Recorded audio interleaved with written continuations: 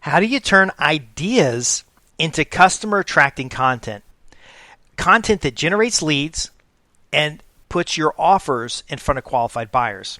I'm Justin Hitt with Ad Briefing's copywriting tips, and I want to talk about not how to write copy as much as the series to approach writing of copy so that you can attract more prospects and more leads. And you can even go to mailing lists and put your message in front of the people on that list to ultimately create sales.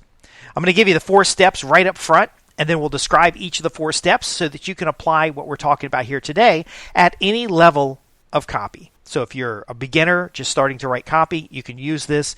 If you are a professional that's been writing copy for years, you can certainly use this as well.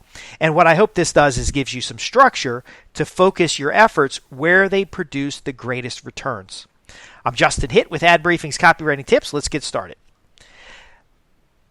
Action number 1.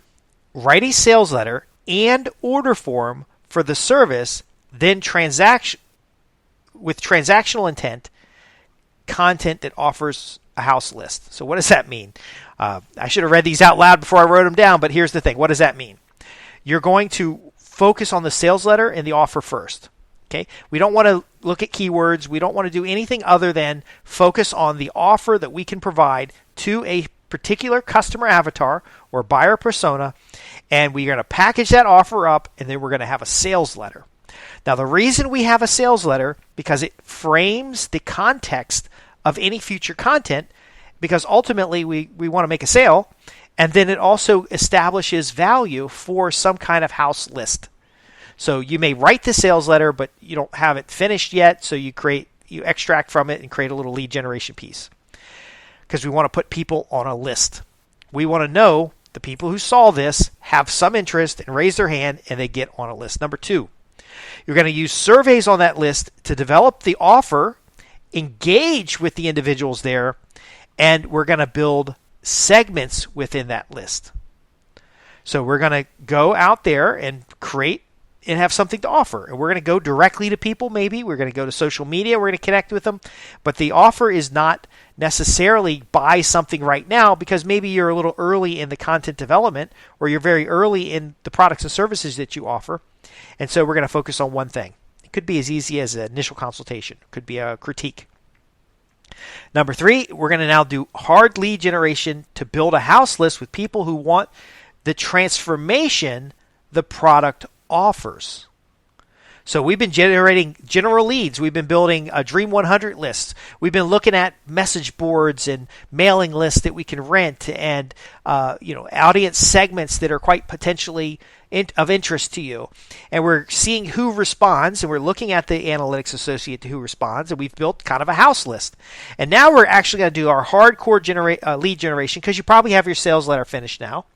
And now we're going to have landing pages, and we're going to try to build that list based on what we've learned in the first 2 steps, talking about the transformation. We're not introducing the product at all. We're talking about the transformation. We're building this list up. And then within that list, we now can make the offer. So we're not on public platforms offering or pitching products or services. We've got people on our list first, giving them valuable information, understanding what their needs and desires are with the surveys, using the surveys to create some content. We'll talk about how we create that content here shortly. Number 4, the fulfillment of the product is done in a way that grows your authority. It evidences the success that you've delivered for previous clients. Okay, now we're creating some measured results because we're now getting this list built up. And we're sending to this list content that shows the successes previous clients have had with the product or services you're offering.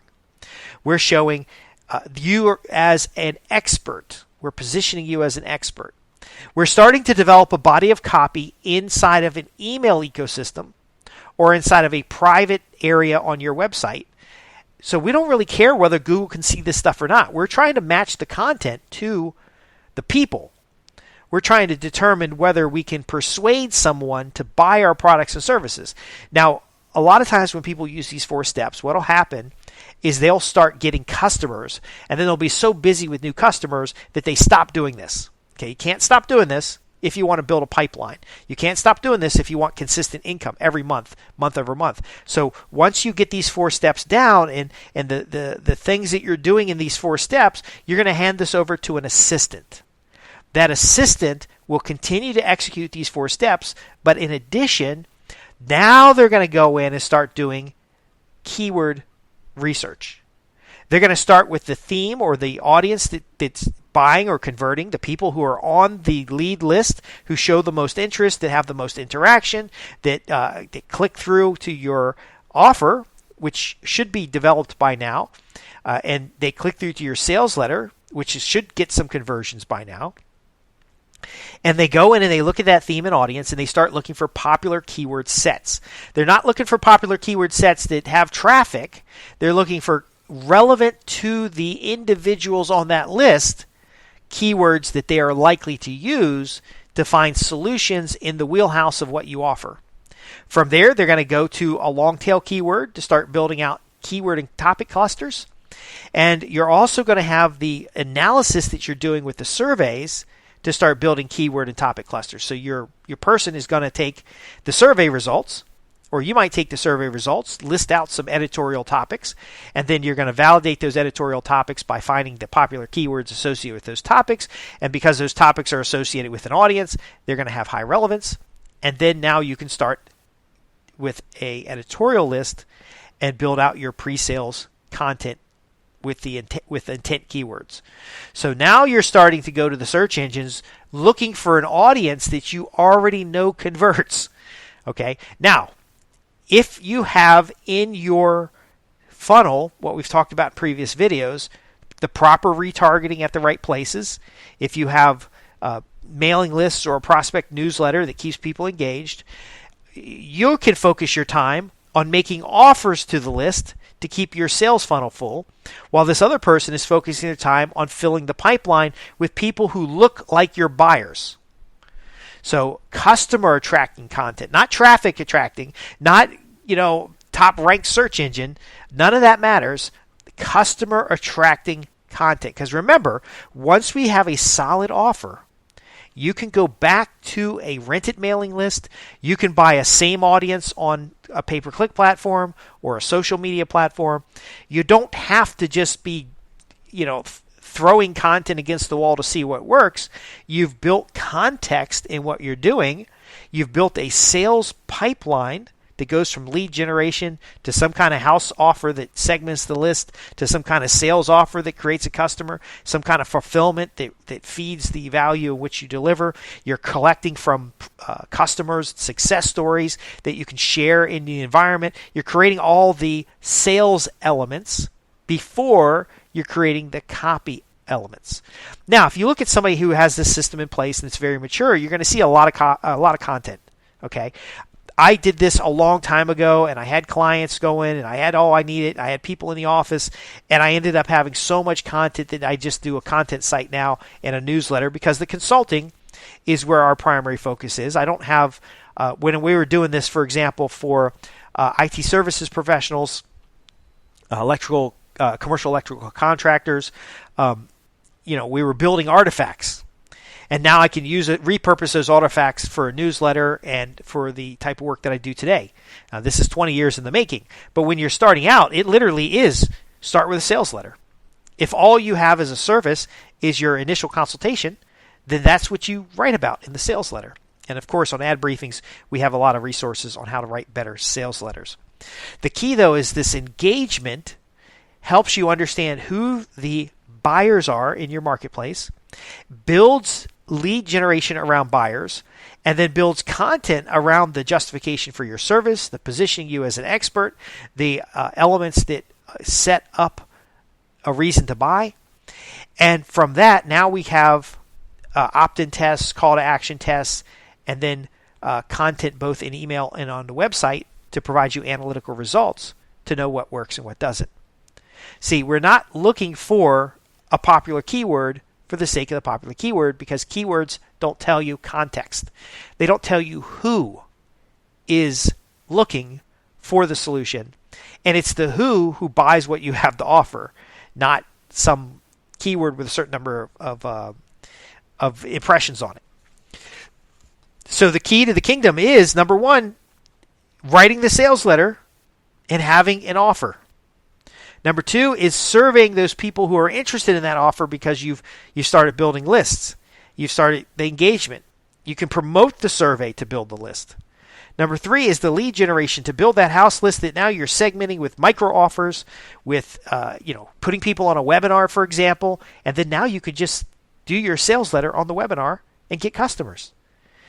You want to talk about the transformations rather than the product itself, and that's the engagement value, because those transformations is what you'd write about in public content or newsletter content or anything like that.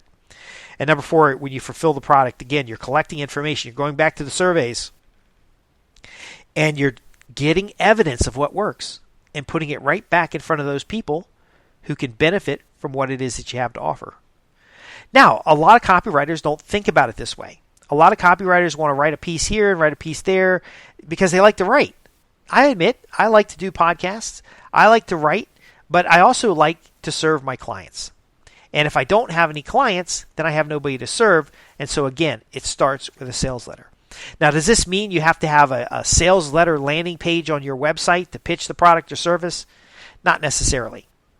The sales letter that I use for most of what I do is really the context of the conversation.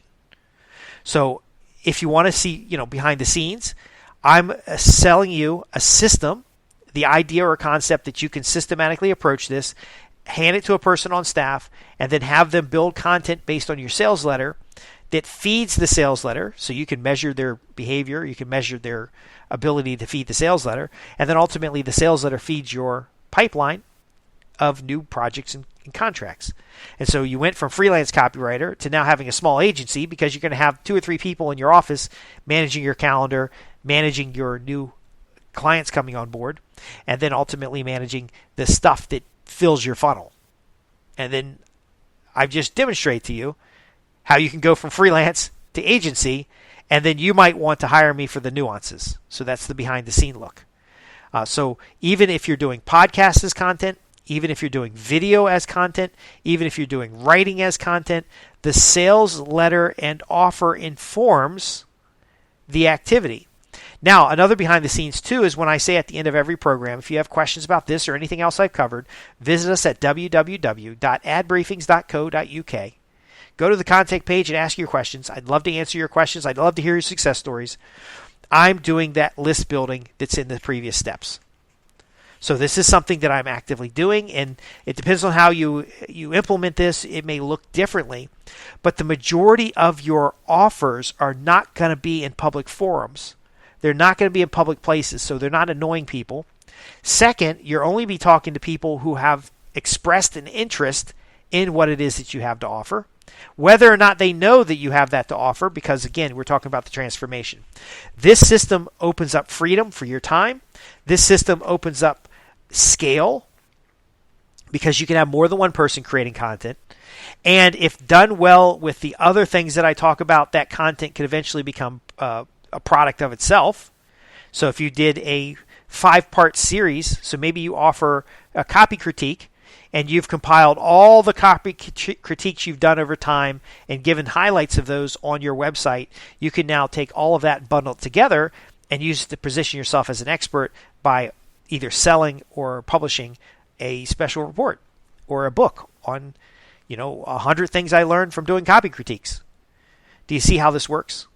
Do you see how we're optimizing your time and effort so that you have more freedom, so that you have more flexibility, so that you have a consistent and regular flow of new accounts? Can you see how we are automating this so that you can scale? Again, you can have more than one person handling the front end. You can hire a contractor to do it. You can hire some other copywriter that doesn't really understand the systems that we talk about here, and they can just write copy for you based on a customer avatar. This also plugs into your testing so you can know what works and what doesn't, and then ultimately creates for you an automated system that can run while you're doing something else. It can start with a small offer and build on it. It can use complete sales letters and a direct response methodology, or even using special reports as sales letters, building your list so that you don't have to keep coming back to the pool and paying to play. It allows you to plug into social media networks plug into advertising networks and essentially drive these 4 steps that builds your house list, creates a reason to do business with you, and then allows you to manage this while you're doing the work. The biggest problem I hear from a lot of freelance copywriters is that while they're doing a client project, they're not filling their funnel. And then when the project is done, they got paid, but they have a gap in service. So they have this gap between projects. This closes that gap. If you have any questions about what I've covered today, I'm Justin Hitt with Ad Briefing's Copywriting Tips, where we help freelance copywriters build million-dollar agencies. And we do that through, again, systemizing what they do, getting the most out of your time, and ultimately creating and keeping profitable customers. If you have a question, visit us at www.adbriefings.co.uk. Go to the contact page and ask your questions and join our free newsletter. If you ask a question, by the way, I'll give you the newsletter as a complimentary service, but ultimately,